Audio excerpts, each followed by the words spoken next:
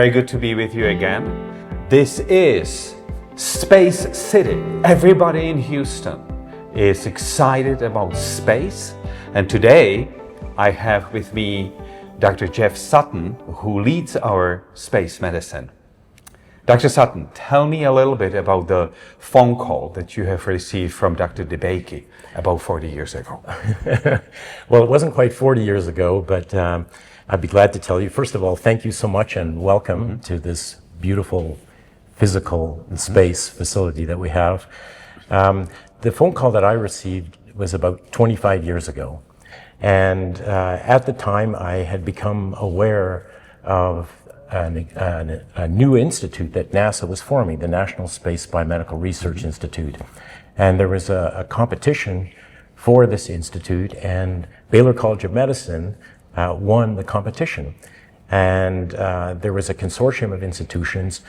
Two others were Harvard and MIT. And at the time, I was a professor at Harvard and MIT. And I received a call from Dr. DeBakey and Dr. Alford asking me if I would be interested in having this position.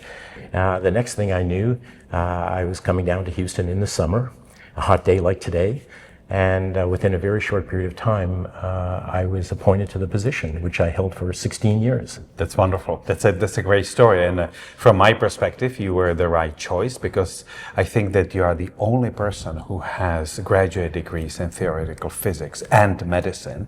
So you are comfortable in Hopfield structures and models, and you are comfortable in the medicine as well. So tell me, how does the space medicine apply to what I would say regular medicine? How is the celestial medicine applicable to us here on this earth? Well, space medicine is applicable in a number of ways. First of all, space medicine deals with the delivery of medical care in harsh remote environments. So space is not the only environment like this. If you go to altitude or if you go underwater, you have similar problems, kind of a backpack problem where you have to pack all of the equipment that you need for diagnostics and for treatment in a very small space, physical space. But when you're in space, as in aerospace, there are things that happen to the body that we just don't see on Earth. There are fluid shifts, there are effects on pretty much every physiological system in the body, as well as dealing with hazards, and such as radiation, because you're not as protected by the magnetic fields around the Earth. And so as a result, you have to think a little bit outside the box. And one example would be, how are you going to do diagnostic imaging in the space environment? How are you going to practice space medicine in the space environment? Even though the individuals that you're taking care of are extremely healthy and there's a lot of preventive screening that goes on, nevertheless, things do happen. How does TRISH works?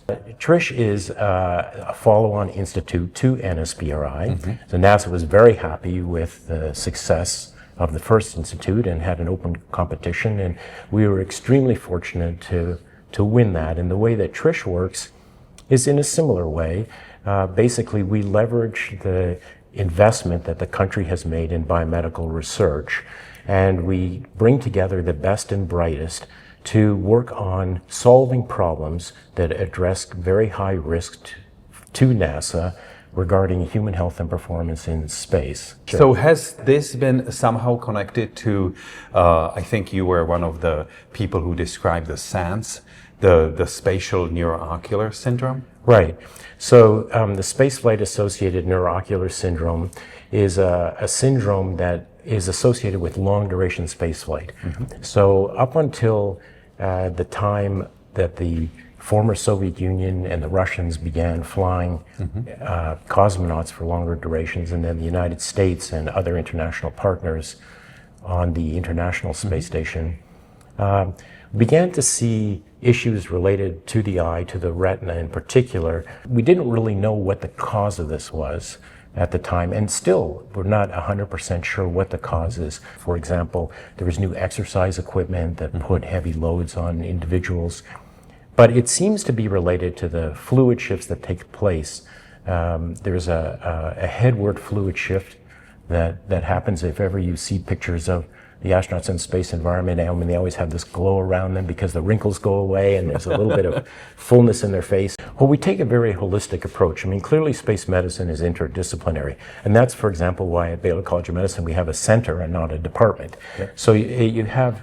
individuals from all different kinds of medical specialties that come together to focus on the best ways to prevent things from happening in the space environment. And this month was an anniversary of the moon landing and Mars landing in 69 and 76 respectively. How does your program dovetail with these anniversaries?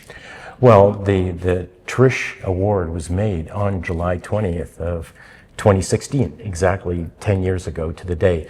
And NASA actually, we're told, held off making the announcement of the award, of the TRISH award to Baylor College of Medicine until July 20th. I love that. I like the symbolism of this. And thank you again for being the leader in this space. Again, for everybody at the Baylor College of Medicine and all the followers that we have out there nationally and internationally. Houston is the space city. NASA is here, and you have the best people on the task putting together the terrestrial and the celestial medicine. Thank you, everyone, and I'll talk to you next week.